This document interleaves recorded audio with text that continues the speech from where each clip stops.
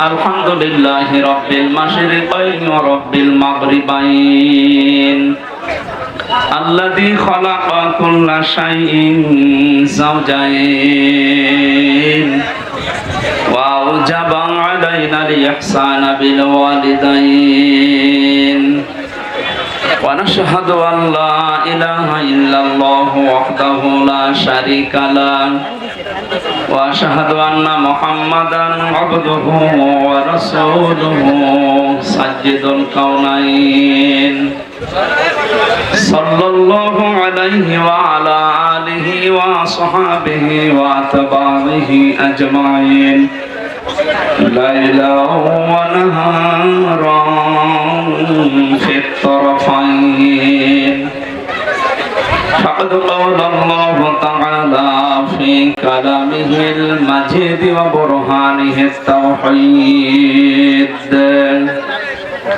أعوذ بالله من الشيطان الرجيم بسم الله الرحمن الرحيم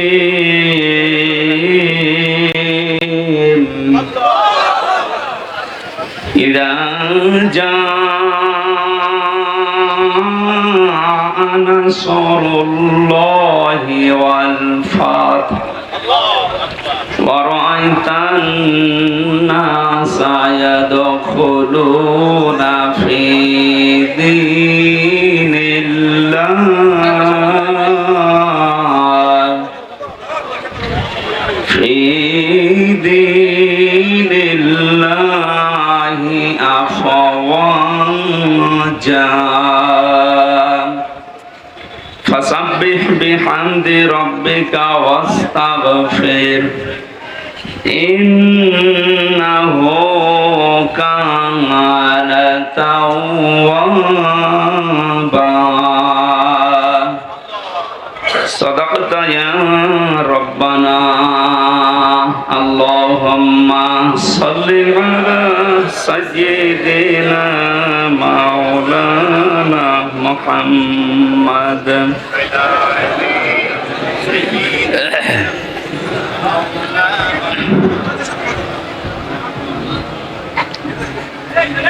খোলাফায়ে রাশিদার সোনালী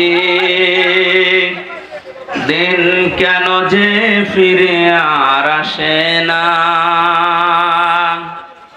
সকলে পেয়ে তার অধিকার কেন যে মন খুলে হাসে না ধনীর আসনে বসে ওমারে রাজ্য শাসন করেছে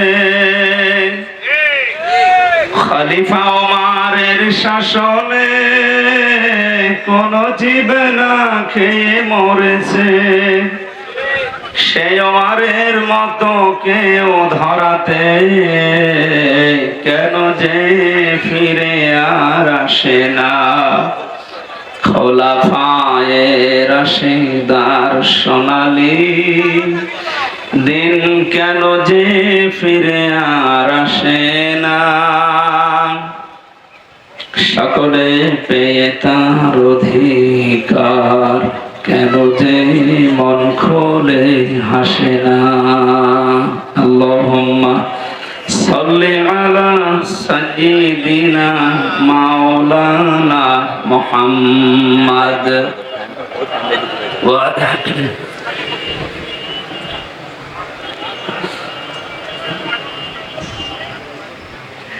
আলহামদুলিল্লাহ বাংলাদেশের ঐতিহ্যবাহী জেলা বাগেরহাট সদর থানার অন্তর্গত ভট্ট কনকপুর সিদ্দিকিয়া আমিনিয়া মদিনাতুল উলুম মাদ্রাসার উদ্যোগে শহীদ আল্লামা দেলাওয়ার হোসাইন সাইদি রহমতুল্লাহ আলাইহি ও বৈষম্য বিরোধী ছাত্র আন্দোলনের শহীদদের স্মরণে চুলকাটি বাগেরহাটের উদ্যোগে মহাবিশ্বের মহাবিশ্বয় আমাদের মালিক আমাদের মনিব মহান রব্বুল ইজ্জাত ওয়াল জালালের মুখের পবিত্র বাণী কোরআন কারীম পবিত্র কোরআনের এই পবিত্র অনুষ্ঠানের সম্মানিত সভাপতি অত্র মাদ্রাসার শ্রদ্ধাভাজন মহতামিম বড় ভাই হাফেজ মাওলানা আলী আহমেদ দামাত বারকাতুহুল আলিয়া মঞ্চে বসা আপনারা দেখতে পাচ্ছেন। এমনিতে আজকে একটু সময় কম হয়ে গেছে। একটা আয়াত থেকে তাফসীর করতে হলে যে ৬-৭টা বিষয় সামনে রাখা লাগে, এগুলো পয়েন্ট আকারে বলতে গেলে সময় হবে না। এতগুলো মানুষের নাম যদি একটা একটা করে বলি আর কারোটা বলি না বলি মন খারাপ হবে। আমরা যা করব আল্লাহর জন্য করব। মান আহাব্বা লিল্লাহি ওয়া আবগাদা লিল্লাহি ওয়া আতাআ লিল্লাহি ওয়া মানাআ লিল্লাহি ফাকাদ ইসতাকমালাল ঈমান। এই হাদিসটায় 4টা পয়েন্ট আছে। কাউকে ভালোবাসলে আল্লাহর জন্য ভালোবাসবেন। আজকে দুপুরবেলা খাবার সময় ভাই আমাকে ওইটা বলছিল, আমি ভালোবাসি আল্লাহর জন্য, লোক দেখানোর জন্য না। কাউকে যদি আমি সত্যি ঘৃণা করি, এটা আমি আল্লাহর জন্য ঘৃণা করি। শহীদ আল্লামা দেলাওয়ার হোসেন সাঈদীকে আমি জীবনে 2 বার মাত্র দেখলাম, জেলখানায় একবার আর বাইরে চুয়াডাঙ্গায় একবার। এছাড়া সরাসরি দেখা হয়েছিল বিশ্ববিদ্যালয়ে থাকাকালীন, ওই যে উনি যখন এমপি ছিলেন, একবার। খুব কম সময় ওনার সাথে, কিন্তু ওনাকে ভালোবাসি আমি না দেখে আল্লাহর জন্য। ইন্নাল্লাযীনা আমানু ওয়া আমিলুস সালিহাত সায়াজআলু লাহুমুর রহমানু ওয়াদ্দা। আল্লাহ বলেন, অবশ্যই যারা ঈমান আনে আর ঈমানের দাবি অনুযায়ী যারা আমল করে, সৃষ্টি জগতের ভেতরে তার প্রতি একটা মহব্বত আমি আল্লাহ তৈরি করে দেই। তাকে আর সারা পৃথিবীতে, আমি কালকে মালয়েশিয়া থেকে নেমেছি, রাত 2টায় নেমেছি, নেমে বাড়ি থেকে এখানে সারা রাত সারা দিন এই গাড়ির উপরে এসে আমি মনে করলাম একটু কথাবার্তা বলবো, কিন্তু শরীর তো সাপোর্ট করছে না, ঘুম এসে গেছে। সারা রাত এমনিতে বিমানের ভেতরে কবির বিন সামাদ ভাই ছিল পাশে, উনি তো মজার মানুষ, তো ঘুমাতে দেয় না। এরপরে আসার সময় ওই যে মাওলানা হোসাইন আহমেদের পরে কয়েকজন ছিল। অনেকদিন পরে যেহেতু ড্রাইভার সাহেবের সাথে দেখা নেই, এই কথা বলতে বলতে ঘুমাতে পারি না। এরপরও আমরা যে কথাটা বোঝাতে চাই যে আমি ওনাকে ভালোবেসেছি, এর আগেও এখনো বাসি, আমি মরণ পর্যন্ত ওনাকে ভালোবাসবো আল্লাহর জন্য, কারণ উনি আল্লাহর দ্বীনের খাদিম। 2 নম্বরে, আমি কাউকে যদি ঘৃণা করি, দেখতে না পারি, সহ্য আমার না হয়, এটা আমার আল্লাহর জন্য হয় না, আমার ব্যক্তিগত কারণ না। হ্যাঁ, আমি রিমান্ডে 10 দিন ছিলাম, আপনারা জানেন। 3টা বছর আমি যাই না, ঘরের নাম শোনেন, ওই রকম জায়গায় ছিলাম। আমি আল্লাহর জন্য ওনাদেরকে ঘৃণা করছি এবং আপনাদেরকে ঘৃণা করার জন্য বলছি এই কারণে, কারণ এগুলো মানুষ না, মানুষ নামে এগুলো জানোয়ার। আপনি শুধু নাম শুনি মনে করেন যে আয়না ঘর মানে চারিদিকে আয়না দেওয়া আছে। এটা কত বড় ভয়ঙ্কর! মানবতার সাথে আমরা মানবতা বিরোধী অপরাধের বিচার করলাম। এই ঘরের সাথে যারা জড়িত A to Z প্রত্যেকটা মানবতা বিরোধী অপরাধে শামিল। এদের বিচার এখনই করা দরকার। আজকে একজন ওর সাথে জড়িত যে সর্বোচ্চ পর্যায়ে, তাদের ভেতরে একজন ধরা পড়েছে অলরেডি। আমরা বিচার চাই, ওর কোনো বিচার নেই। 8-10 বছর, 12 বছর, 14 বছর একটা মাটির নিচের ঘরে, এদিকে 1.5 হাত, এদিকে 1.5 হাত। আপনি কি মনে করেন জিন্দা কবর ওইটা? এই কঠিন অবস্থায় যারা মানুষকে ফেলে রেখেছিল, আপনি যদি মেরে ফেলতেন, খবর দিয়ে দিতেন যে অমুক মারা গেছে, তারপরও তার স্ত্রীটা বিয়ে করতে পারতো, তার ছেলে মেয়ে জানতো যে না মারা গেছে। আপনি ব্যারিস্টার আমান আজমি, কি বলে, ব্রিগেডিয়ার জেনারেল ব্যারিস্টার আরমান, ওনার স্ত্রীর কাছে আপনি কি জবাব দেবেন বলেন তো? 8-10 বছর তার স্বামী থাকার পরেও না থাকার স্বামী, সে জানেই না যে বেঁচে আছে কিনা। আজকে একটা ছবি ফেসবুকে সব পাশাপাশি ওনারা বসে আছে, দেখলাম, আমার কান্না চলে এসেছে যে মানুষ, এর বড়ও কিছু মানুষ জালেমদের পক্ষে এখনো পর্যন্ত সাফাই গাচ্ছে।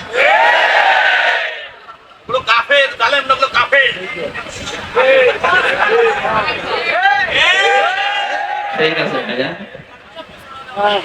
দেখেন আমার হাতে কোরআন শরীফ, সত্য কথা বলছি, আল্লাহর কসম। আমি যে কষ্ট পেয়েছি 3 বছর, আমার কষ্টের কথা আমি আল্লাহর জন্য মাফ করে দিয়েছি, কিন্তু ওনারা যা করেছে ওটা মাফ পাওয়ার মতো না। ওনারা তো আমার শুধু শত্রু না, ওনারা মানবতার শত্রু, আল্লাহর শত্রু। রিমান্ডে আমার সাথে যে ব্যবহার করেছিল, আল্লাহর ভুল ধরতো মাঝে মাঝে। এই যে অফিসার গুলো ছিল, কাউন্টার টেররিজমের এই মেন দায়িত্বে যে লোকটা ছিল, আসাদুজ্জামান, মনিরুল তো আগে ছিল, আমার সময় আসাদুজ্জামান, এরপরে এএসপি আতিকুর রহমান, শেখ ইমরান, এই বাগেরহাটে বাড়ি। এই মানুষগুলোর আচরণ আমি মানুষের পাইনি। রিমান্ডে আপনি আমার মামলার কথা জিজ্ঞাসা করে, যে বিষয়ে আমাকে মামলা দেওয়া হয়েছে ওইগুলো বলে যে আমি কিছু পারি কিনা, দেখেন না আল্লাহর ভুল ধরে যে আল্লাহর এই কাজটা করা ঠিক হয়নি। তো ওরে আমি ভালোবাসবো না ঘৃণা করব? কার জন্যে?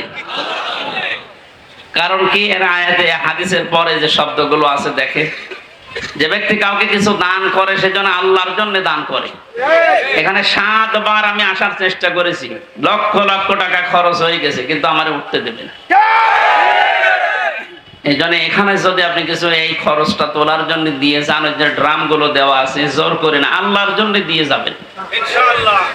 কাউকে যদি কিছু না দেন যে আমি দেব না, তাও যেন আল্লাহর জন্য হয়। এই 4টা কথা যদিও সহজ, এটা কত কঠিন মানা, এখন সে বাস্তবতা চলে এসেছে।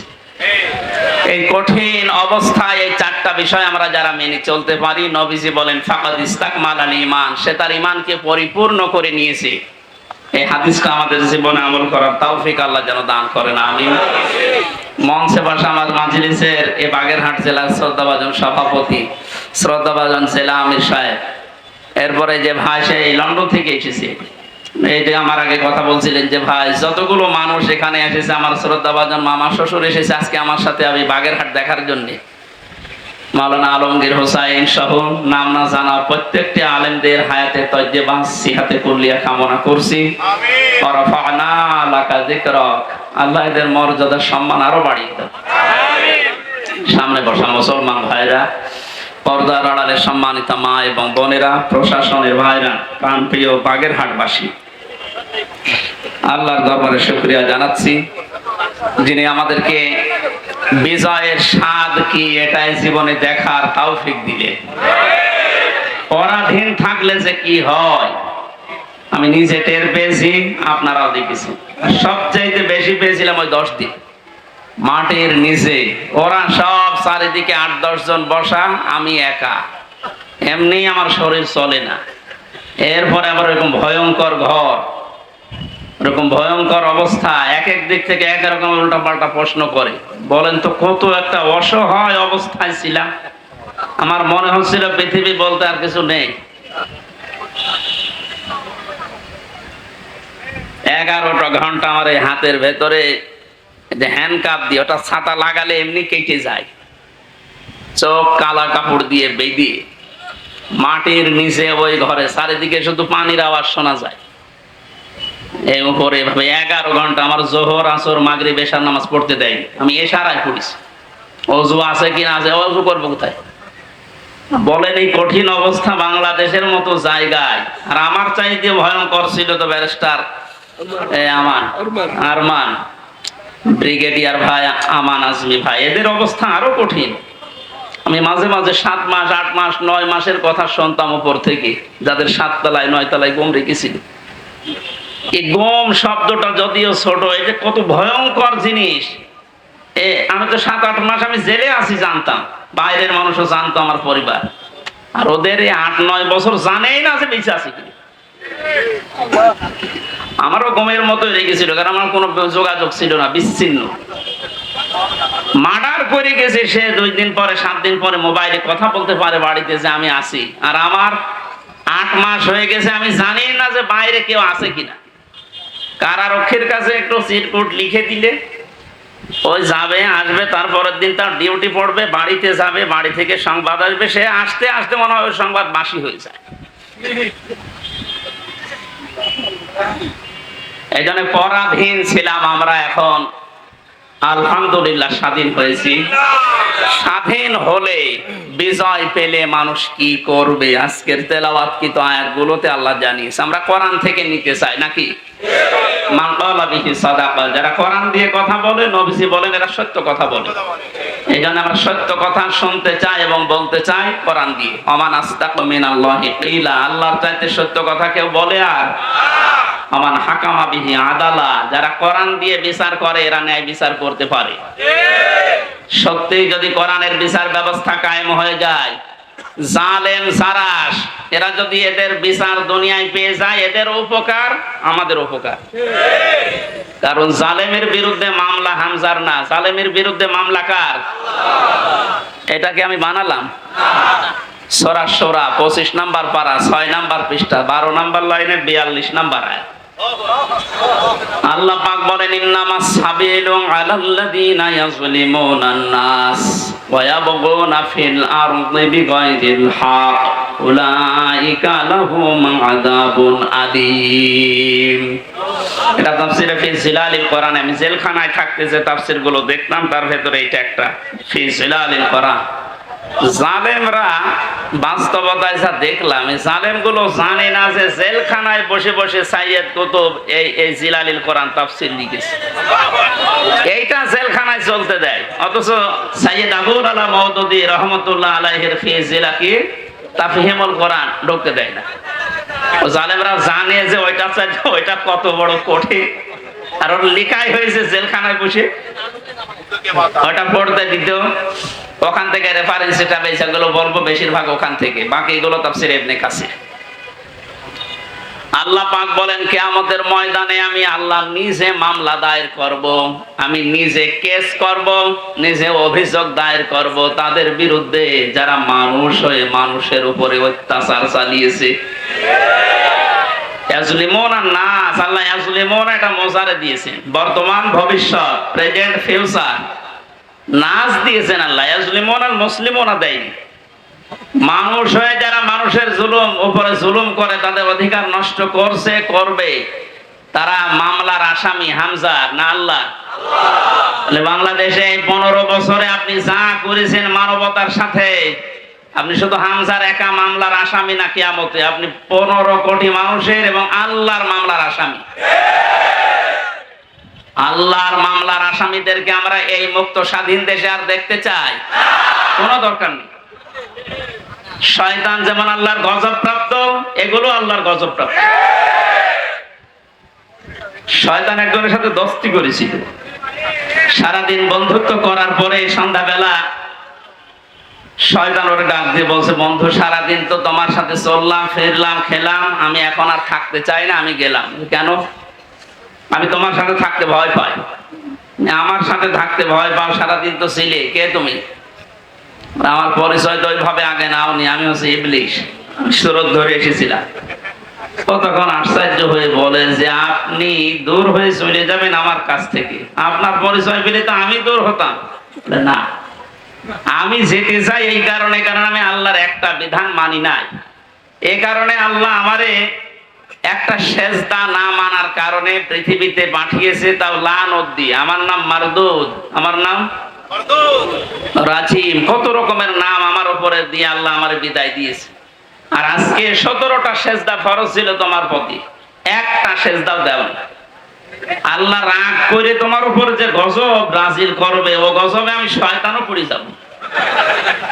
ও আল্লাহর একটা বিধান লঙ্ঘন, সেজদা, এটা লঙ্ঘন করে যদি ভয় পায়, এই 15 বছরে আপনি 500 বিধানের একটাও মানেন নাই, আরো মানুষকে মানতে দেন নাই। এর গায়ে যদি জিন লাগে নিয়ে আসবে মা বাবা আমার কাছে, সূরা নাস আর ফালাক, এমনকি আয়াতুল কুরসি পড়ে ফু দিলে চলে যাবে, এটা আমাদের বিশ্বাস। এমন যাই,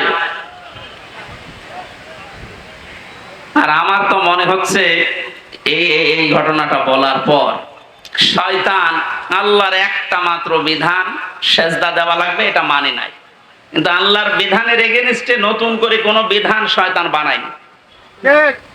কথা বুঝতেছে? আল্লাহর বিধানও মানে না, এতটুকুই শেষ। এগেইনস্টে নতুন করে কোনো বিধান বানিয়ে মানবো এরকম কিছু শয়তান করেনি। কিন্তু আল্লাহর এই পৃথিবীতে ক্ষমতা পেয়ে আল্লাহর যে বান্দা নিজে আল্লাহর বিধান মানে না এবং আল্লাহর বিধানের বাইরে নতুন করে বিধান বানিয়ে আল্লাহর বান্দাদেরকে মানতে বাধ্য করে, এটা শয়তানের চাইতে বড়। জিন শয়তান ধরলে তো নাস ফালাক আর ইখলাস পড়লে চলে যাবে, আর ওরে পুরা কোরআন শরীফ তেলাওয়াত করে ফু দিলেও যাবে না। সুতরাং এরকম এত বড় শয়তান আমরা আর দেখতে চাই না। মুক্ত যখন হয়েছে আলহামদুলিল্লাহ, কোরআন কি জানিয়েছে বিজয়ের পরে আমরা ওইগুলো এখন শুনবো। আমার কথার অর্থ বোঝেন আপনি? সুতরাং যারা আল্লাহর মামলার আসামি, ছোটখাটো বিষয় এটা না, অনেক ভারী কথা। আপনি আল্লাহর মামলার আসামি হয়ে গেছেন, কিয়ামতে আপনি উকিল পাবেন কোথায়? দুনিয়ার দিকে তাকিয়ে টের পাচ্ছেন। 10 দিন আগে যার কথায় হাইকোর্ট, জজ কোর্ট, সুপ্রিম কোর্ট, প্রত্যেকটা কোর্ট ওঠা বসা করতো, এখন তার পক্ষে একজন আইনজীবী দাঁড়াবে, কেউ রাজি না। তার দলের লোক নেই। লক্ষ লক্ষ মানুষ এই পৃথিবীতে তার ভক্ত ছিল, সন্তান। এখন একটা বিচারপতি দাঁড়াবে, একটা উকিল দাঁড়াবে তার পক্ষ নিয়ে, কেউ রাজি নামে জালেমের পক্ষে। এখন ডিম খেতে খেতে মরছে, ডিমটাও মুখ দিয়ে খেলিতে হয়, কত জায়গা দিয়ে ডিম খাচ্ছে। ওই জায়গাতে যখন আলেমদেরকে মাজায় দড়ি দিয়ে ছাগলের মতো তুলতেন, আমার মতো মানুষ, আপনি জানেন না হামজা কি? ও নিজেও বলতো রিমান্ডে, আপনি কিছু করেন না আমি জানি, কিছু জানেন তো আমার হাতে এই যে এটা বেঁধে দিলেন, এই তো যথেষ্ট, আমি কি পালিয়ে যাব? পায়ে দিয়েছে ডান্ডা বেড়ি, মাজায় দিয়েছে দড়ি, মনে হচ্ছে ছাগল টেনে নিয়ে যাচ্ছে। আর ওই কোর্ট চত্বরে মানুষগুলো, কিছু মানুষ কাঁদতো, আর কিছু শয়তান আসে দেখে টিপ্পনি কাটতো, যা হচ্ছে ঠিকই হচ্ছে, এবার ঠেলা টের পাও।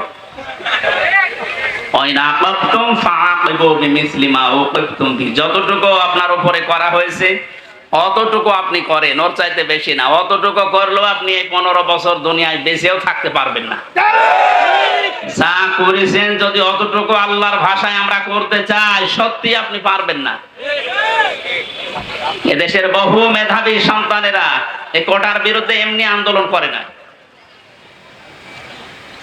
বিশেষ করে এই 17 বছরের বাস্তবতা আমার জীবনে আমি যতটুকু দেখেছি, আপনি তাকান তো, অনার্স মাস্টার্স করার পরে বিশ্ববিদ্যালয়ে ফার্স্ট ক্লাস ফার্স্ট হওয়ার পরেও নেবে না, দলীয় পরিচয় পেছনে বিএনপি করে, শিবির করে, এইটা একদিন। আরে ওইগুলো না দেখে আমার মেধা আছে কিনা ওইটা দেখ। কত বড় জুলুমের শিকার বানিয়ে রেখেছিলেন এই ছাত্র জনতাকে বলেন। আল্লাহ এমনি এমনি নাড়া দেয়। কোরআনের পাখি সেই 15-16 বছর আগে একবার বলেছিল যে একটু 12 কোটি জনতা নাড়া দেবে গাছের গোড়া ধরে, দিল্লি গিয়ে পড়বা মামু বাড়ি। ঠিক তাই খাপের খাপ মমতাজের বাপ মিলিয়ে গেছে। আমরা তো কিছু করি না, খালি হাতে, তাহলে একটু নাড়া দিয়েছি, তাও সবাই না, খালি ছাত্ররা। আর একেবারে জায়গা মতো যে পড়িস। শ্বশুর বাড়ি আমাদের তো মামার বাড়ি।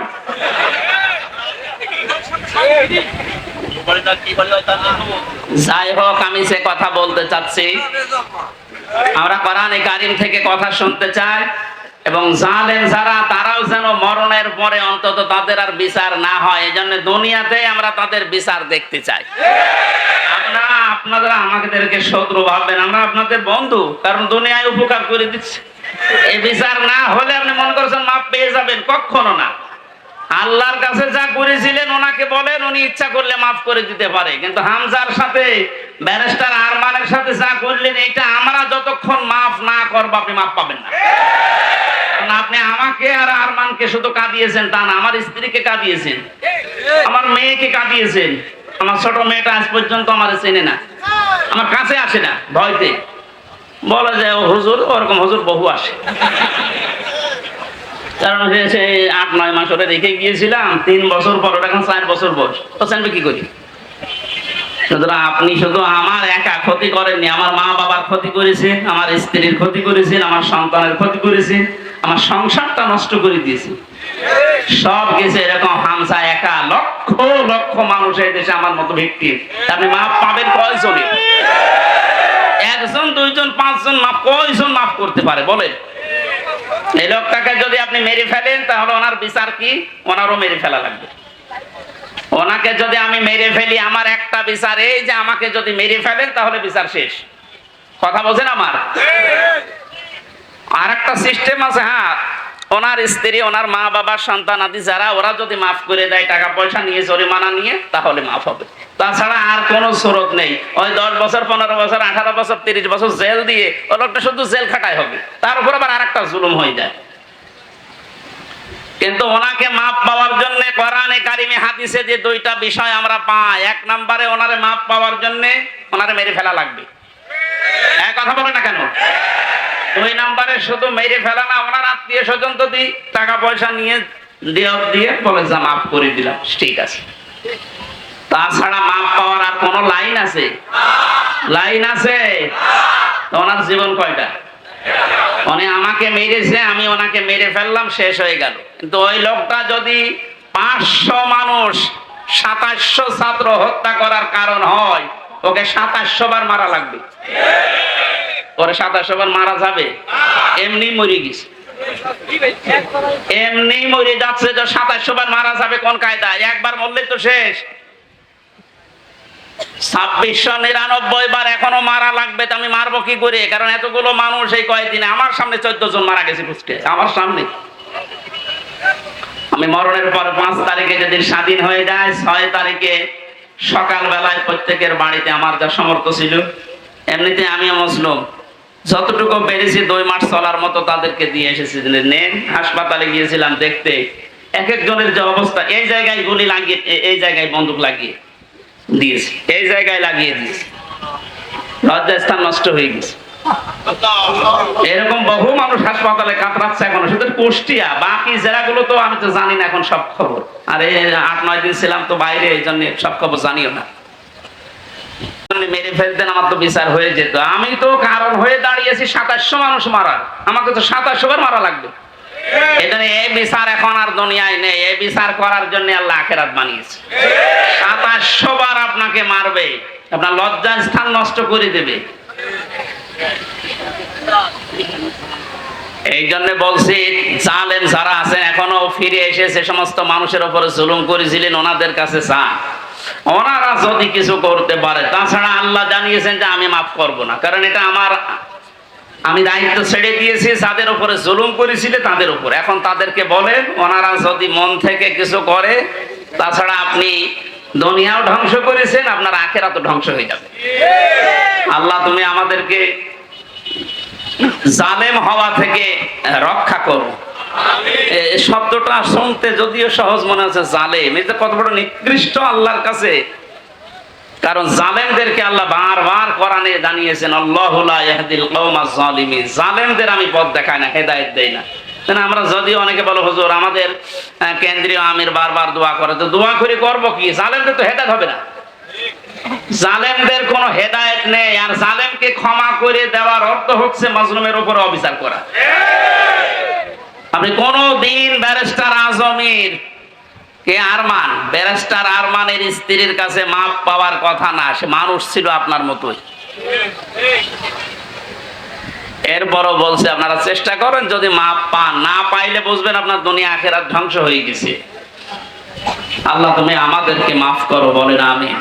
কোরআনের বিচার যতদিন পর্যন্ত কায়েম না হচ্ছে, বসে থাকার, থেমে থাকার আমাদের কোনো সুযোগ নেই। যে যেখান থেকে আসি আমরা চেষ্টা চালাবো। চর্ম চোখে দেশে দেখতে চাই আল্লাহর কোরআন দিয়ে বাংলাদেশটা চলছে। কারণ আমরা তো দেখলাম যে বাবা চালালে কেমন লাগে, চাচা চালালে কেমন লাগে, স্বামী চালালে কেমন লাগে, বউ ভাবি সবাই চালিয়েছে, সবই দেখলাম যে কেমন লাগছে। একটা জিনিস এখন দেখতে বাকি আছে, যে কোরআন দিয়ে, আল্লাহর কোরআন দিয়ে রাষ্ট্র চালালে কেমন লাগে, এটা দেখতে বাকি আছে না?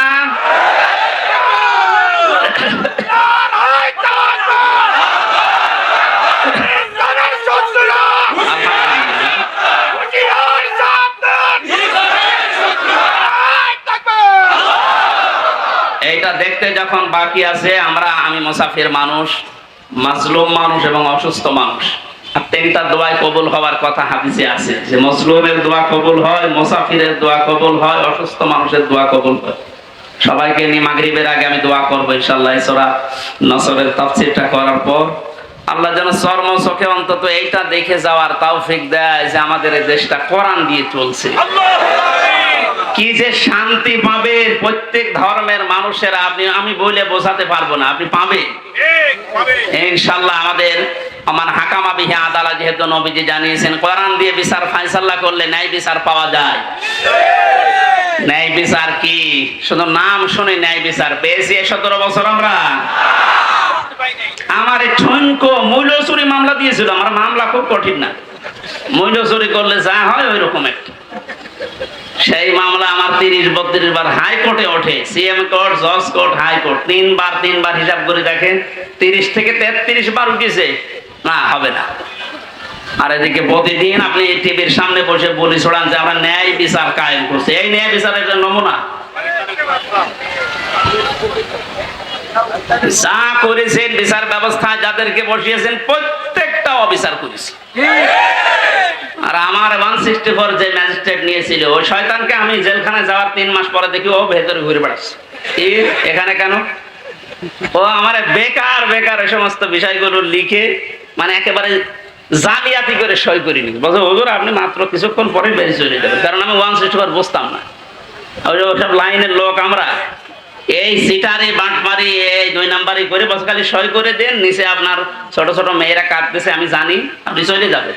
ওর উপর বিশ্বাস করে আমি সই করি নিচে আসলাম, দেখা সাক্ষাৎ করে আমার জেলে পাঠিয়ে দিলে, আনন্দে আছে যে কয়দিন মাত্র বের হয়ে যাব।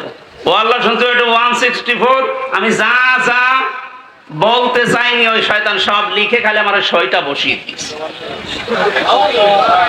পরে জেলখানায় দেখে কাশেমপুরে বললাম কি আপনি এখানে, আপনি কাজটা ঠিক করলেন, জেনে শুনে আমার জীবনটা এভাবে নষ্ট করলেন? বলছে আমার উপর থেকে যা বলেছে আল্লাহর ওলিরা আমি তাই করছি, আমার কিছু করার নেই। তা আপনি এখানে কি? বলছে আমার বউ মামলা দিয়েছে। তোর বউ? আমিও মামলা দেবো তোর নাম। এই জন্য আল্লাহ ছাড় দিয়েছিল কিন্তু ছেড়ে দেয়নি। আল্লাহর ধরা বড় শক্ত ধরা, যেটা আমরা আইন মন্ত্রী আরে দরবেশ বাবারে দেখি বসলাম কি দাপট গো। আমি মাঝে মাঝে আইন মন্ত্রী আদালতে দেখতাম, আরে দরবেশ বাবা দেখতাম বসে আছে। আমার যখন নিয়ে যেত ওই উপরে দেখা যেত যে বসে আছে দরবেশ। দরবেশ যে এই কাম করতে পারে আমার তো কোনোদিন বিশ্বাস হয়নি। দাড়ি কেটে নম হয়ে গেছে, শয়তান পর্যন্ত এখন ঘৃণা করছে যে আমি এত খারাপ না। বেকার যারা আপনাদের এই দাড়ি রাখাই সুন্নতকে নিয়ে হেয়ালিপনা করায়, এই আর কি ঠাট্টা বিদ্রুপ করা, আপনি সুন্নত পর্যন্ত কেটে বাদ দিয়ে দিলেন, কিয়ামতে আল্লাহর নবীও আপনাকে বাদ দিয়ে চলে যাবে। আল্লাহ তুমি আবার বলছে মানুষগুলো যদি, আমি আবার বলছি ভুল আর অন্যায় করা এটা কিন্তু এক না। ভুল মানুষ করতে পারে, কিন্তু জেনে শুনে অন্যায় করে ভুল বলে চালিয়ে দেবেন, যেটা এখন চালানো হচ্ছে। অন্যায় যারা করেছেন, অন্যায় করলে মাস্ট বি তাকে শাস্তি পাওয়াই লাগবে। আমরা কিছু না করে যদি শাস্তি পেতে পারি 3 বছর, আপনি করে তো আপনার 99 বছর শাস্তি হওয়া দরকার। প্রথম জেলে যাওয়ার পরে যার সাথে দেখা, একেবারে গেট দিয়ে ঢুকিয়ে আল্লাহ সেই কি শাহজাহান জল্লাদ, এর সাথে প্রথমে হাত মিলিয়েছে। আমারও বলছে হুজুর আপনারে আমি চিনি। চেনেন মানে? ওই যে টেলিভিশন আছে ভেতরে, মেমোরি কার্ডে ওয়াজ ভরে নিয়ে আসলে শুধু আপনার আর আজহারে সাদি সাহেব এদের ওয়াজ দেয়, তা আপনার আমি চিনি। আপনার নাম কি? শাহজাহান জল্লাদ ভুইয়া। ভুইয়া কেন? আমার বংশের নাম। অথচ ওর 167 বছর না কত বছর জেল, এখনো ভইয়া ছাড়েনি। এরকম বহু শয়তান আছে, ও মরে যাবে তাও ওই ভইয়া ছাড়ে না। আবু জাহেলের গলার ভেতরে যেদিন তরবারি চালাচ্ছিল, বলছে কে? আমি আব্দুল্লাহ ইবনে মাসউদ।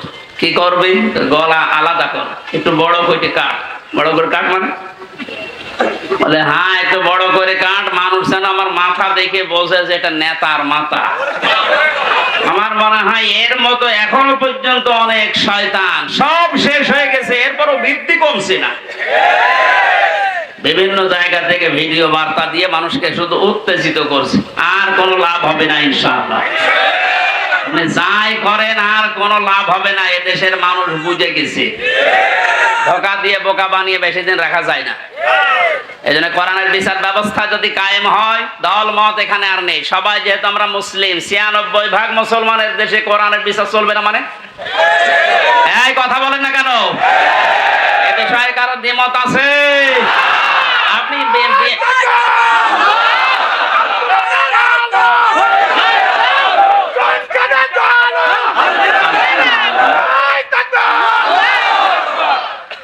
ওমান আমিলা বিহি রুচিরা যারা কোরআন দিয়ে আমল করবে, কিয়ামতে আল্লাহ নিজে তাদেরকে পুরস্কার দান করবে।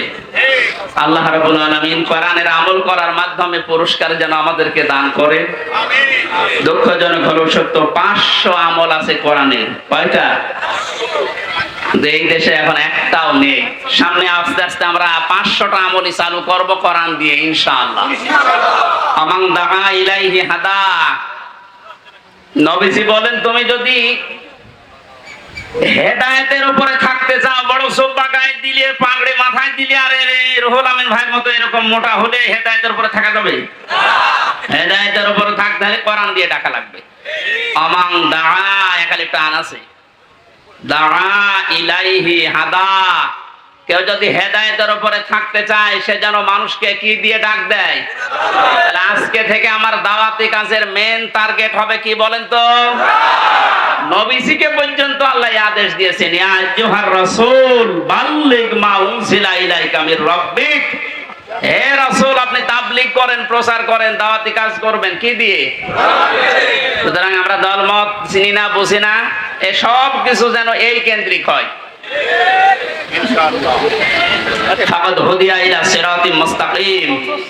কেউ যদি হেদায়েতের উপরে থাকতে চায়, কোরআন দিয়ে সে ডাকবে, এবং কেউ যদি কোরআনের ডাকে সাড়া দেয়, আল্লাহ নিজে তাকে হেদায়েত নসিব করে দিবে। সুতরাং আজকে আমরা কোরআনে কারিম দিয়ে আপনাদেরকে ডাক দেব, আপনারা কোরআনের ডাকে সাড়া দেবেন। আমরা প্রত্যেকেই হেদায়েতের উপরে চলতে চাই, সিরাতে মুস্তাকিম আমরা পেতে চাই। আমিন। দরুদ আর সালাম পড়ছি মুহাম্মদুর রাসূলুল্লাহ সাল্লাল্লাহু আলাইহি ওয়াসাল্লামের প্রতি। সূরা নাসর পড়েছি, মাদানী যুগের সূরা। কোরআন শরীফে 3 আয়াত বিশিষ্ট 3টা সূরা আছে, আসর, নসর আর কাউসার। কয়টা বলেন তো? নসর মানে সাহায্য, নসর মানে কি? আর নাসর মানে ইগল। নুন সাদ র, নাসর মানে সাহায্য, নুন সিন র, নাসর মানে ঈগল পাখি। এজন্য এখানে যারা তেলাওয়াত করেন এই সূরাটা নামাজে একটু মুখ গোল করে পড়বেন। আল্লাহ পাক বলেন, ইযা জা আনাসরুল্লাহি ওয়াল ফাত। যখন আল্লাহর সাহায্য আসবে তখন আপনি বিজয় দেখবেন।